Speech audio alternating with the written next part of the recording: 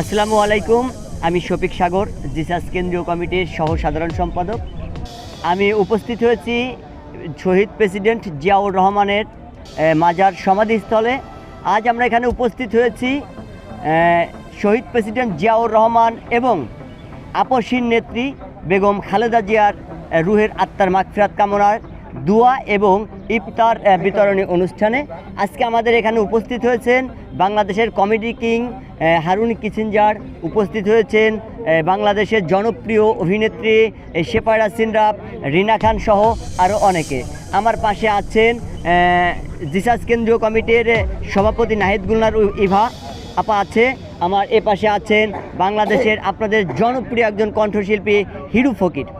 যাই হোক, আমরা সবাই দেশনেত্রী মরহুম বেগম খালেদা জিয়ার রুহের আত্মার মাগফিরাত কামনা করি এবং আমাদের প্রধানমন্ত্রী জনাব তারেক রহমানের দীর্ঘায়ু কামনা করি, যেন উনি ওনার প্ল্যান প্রোগ্রাম দিয়ে আমাদের এই বাংলাদেশটাকে সুন্দর এবং সমৃদ্ধিশালী রাষ্ট্রে পরিণত করে।